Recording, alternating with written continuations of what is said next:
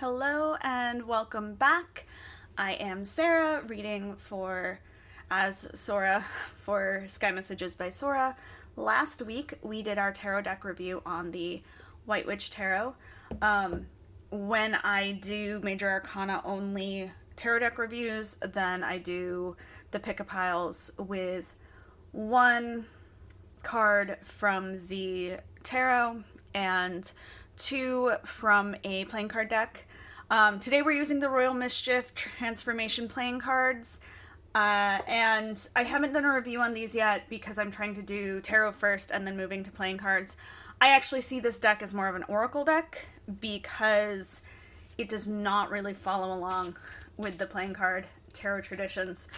But it is a fun deck to read with, so we're going to use that, and I think the imagery looks really nice with these. So with the pick-a-piles, what we have you do is I put out 3 piles, you see which one resonates the most, and then you go to that reading. I do include the reading times, so you can skip ahead if you'd like to. While I am shuffling, I'm going to thank you for liking, subscribing, sharing. Anyone asking for personal readings, please go to the website or email me.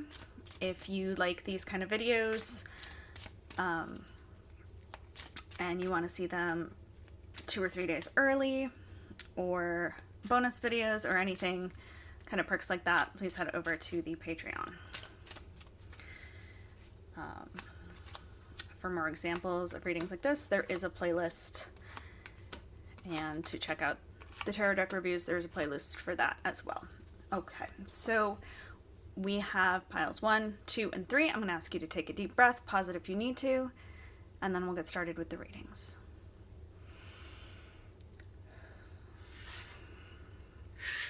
Starting with pile number 1. We have the Fool, the 4 of Hearts, or butterflies playing in her hair, and the 3 of Spades, or meanies in bikinis. Now, the Fool is a card of going out, experiencing new things. It is a card of blank slates. It is a card where you bring your experience with you and your wisdom, but just that, not your baggage. So it is interesting to see it with such a calm card and such a, well, not as calm. Here she has that peace. She's waiting. Normally this would be like the 4 of Cups, which would put kind of an edge on that waiting. And it would be asking you to have patience, where here it is more an ease, a feeling of contentment and knowing that while you are waiting, it's coming. It's a lot more relaxed.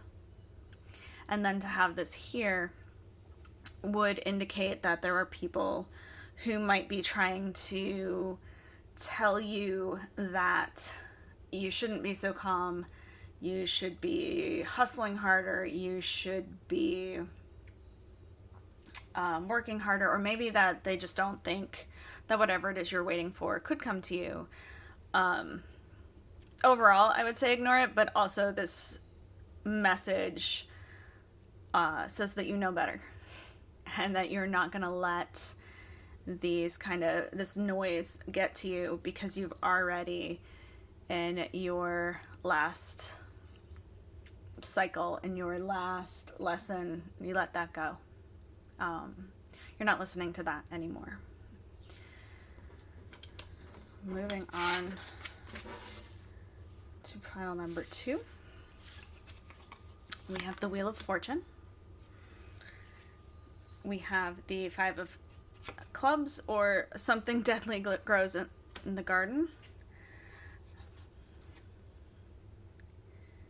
And we have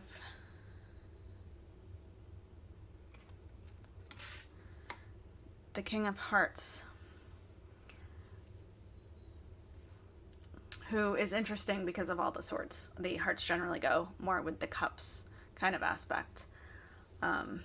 he reminds me a bit of what we call the Suicide King, which is the one who is holding his sword in a very funny position, and it just kind of looks like he's smacking himself in the head. The Wheel of Fortune is a card of changing fortune, changing luck.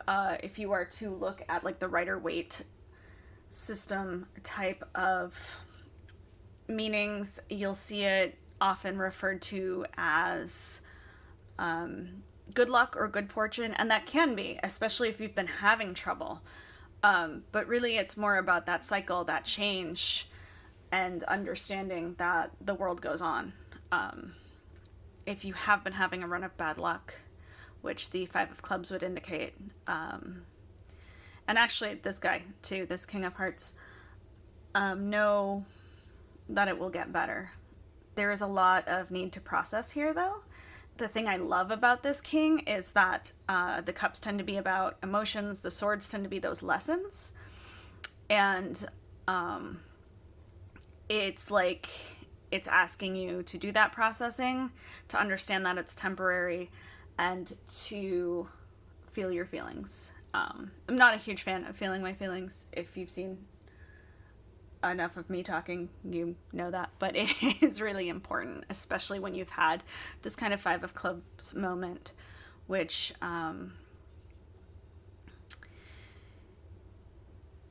it has this like pushing yourself. You see they're still working, they're growing, but they need some more life to them. These two, to me, feel very much like a struggle between trying to do what you're passionate about and trying to do what will keep you safe and secure. And there needs to be a balance there.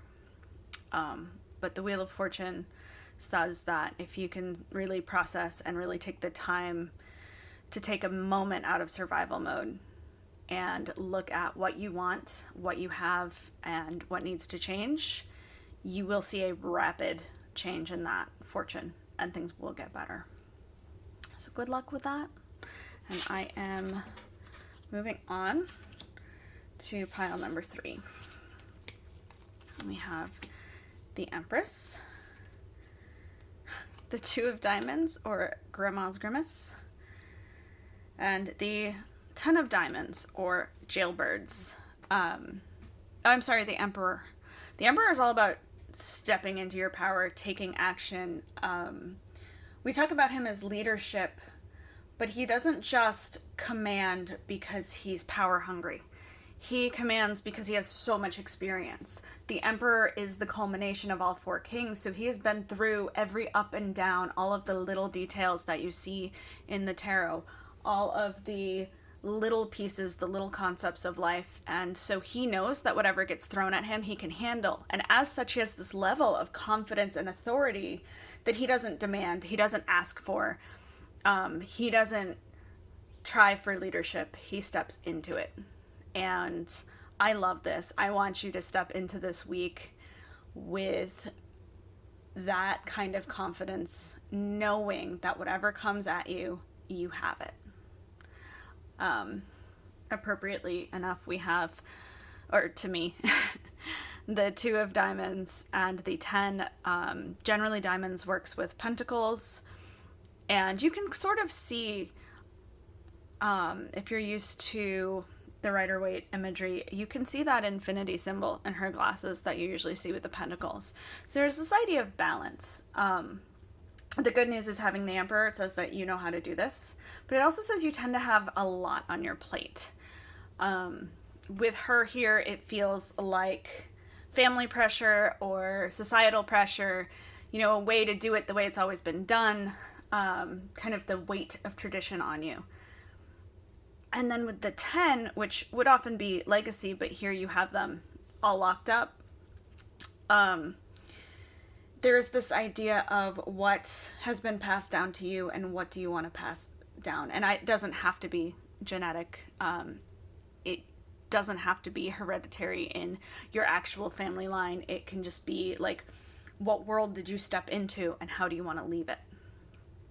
The Emperor says that however you want to leave it, you have the power to make those changes.